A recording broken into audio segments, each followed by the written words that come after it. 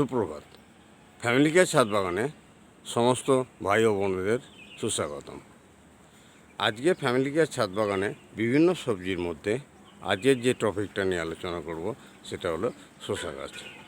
আর এই শসা গাছ সম্বন্ধে যে সমস্ত টিপস প্রয়োজন তার মধ্যে মেন টিপ যেটা, যেহেতু শসা গাছটা অল্প দিনের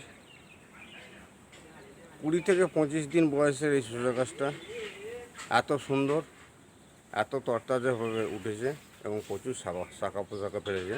এর কী সার বা কী খাবার খেয়ে এই কেয়ার হয়, শুধু আমি এই 20 থেকে 25 দিনের এই গাছটা নিয়ে আলোচনা করছি এ নয়।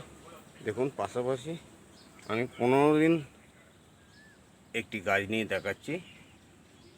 ঠিক আমি ডবল বেড সবসময় শেয়ার করি।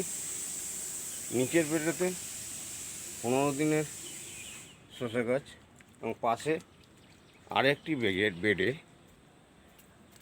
7 থেকে 10 দিনের গাছ। এই যে চেয়ারগুলো পরপর শসা গাছগুলো যে উঠছে, এর তো মাটি তৈরির একটা ব্যাপার আছেই, সঙ্গে খাবার কী চায়। বিশেষ দীর্ঘায়িত করব না, আজকে শুধু খাবার নিয়ে আলোচনাটা করব।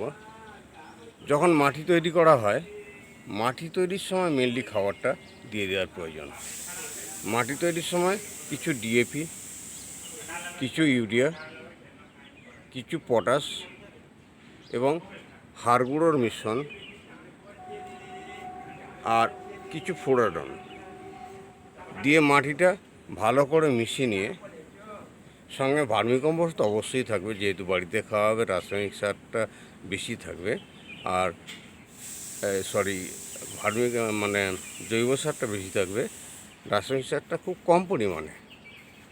এই জমিটার জন্য দেখা যাবে যে 100 গ্রাম ডিএপি, 50 গ্রাম পটাশ, 50 গ্রাম ইউরিয়া, এইভাবে মিশ্রণ। কিন্তু ভার্মিকম্পোস্ট থাকবে 500 গ্রাম, হাড় গুঁড়ো থাকবে 500 গ্রাম।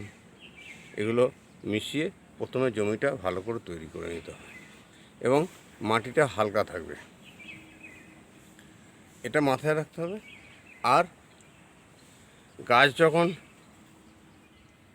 বড় হবে, ঠিক এই চেয়ারে হবে, সর্ষে খোল আর পাতা পচা সারের মিশ্রণটা পচিয়ে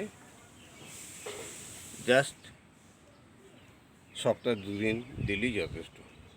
গাছ এই গরমেও দেখুন কত হালি এবং তরতাজা, এত সুন্দর কি করে থাকে। এই রহস্যটাই কিন্তু ফ্যামিলি কেয়ার ছাদ বাগানে হয়ে থাকে। একটা গাছ দেখছেন 20 থেকে 25 দিন বয়স, একটা গাছ 15 দিন বয়স, আর ওদিকে যেটা দেখালাম ওটা 1 সপ্তাহ 10 দিন। পরপর গাছগুলো বেড়ে উঠবে, পরপর ফল দিতে থাকবে। তাহলে ফ্যামিলি কেয়ার ছাদ বাগানে শসা গাছের সার সম্বন্ধে যে আলোচনাটা করলাম, এই টিপসটা কাজে লাগিয়ে বিভিন্ন ছাদ বাগানি চাষিরা যাতে উপকৃত হয়, তার জন্যে আজকে শুধুমাত্র শসা গাছ সম্বন্ধে কিছু আলোচনা রাখলাম। ফ্যামিলি কেয়ার ছাদ বাগানে অনেক কিছু সবজি এবং চিরসবুজ ছাদ বাগান আমার, কারণ একটাই, মাটিটা তৈরি খুব ভালো করে থাকি এবং বিভিন্ন নতুন টেকনিক অ্যাপ্লাই করে গাছের মাটিগুলোকে রাখি। দেখুন, মিডিলে জল আছে, সারাদিন এই প্রখর তাপে সারাদিন গাছের পর্যাপ্ত জলের কোনো সমস্যা হবে না। আর গাছের গোড়া দেখুন শুকনো, নিচেরটাও দেখাই, দেখুন গাছের গোড়া ড্রাই, গোড়ায় জল জমবে না, কিন্তু নালিতে জল আছে।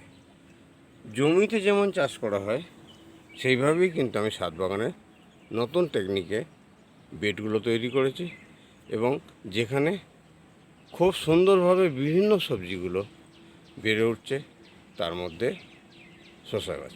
শসা গাছ বিশেষ কিছু খাবারের প্রয়োজন হয় না, খুব অল্পতেই গাছগুলো বেড়ে ওঠে এবং নধর থাকে সবসময়।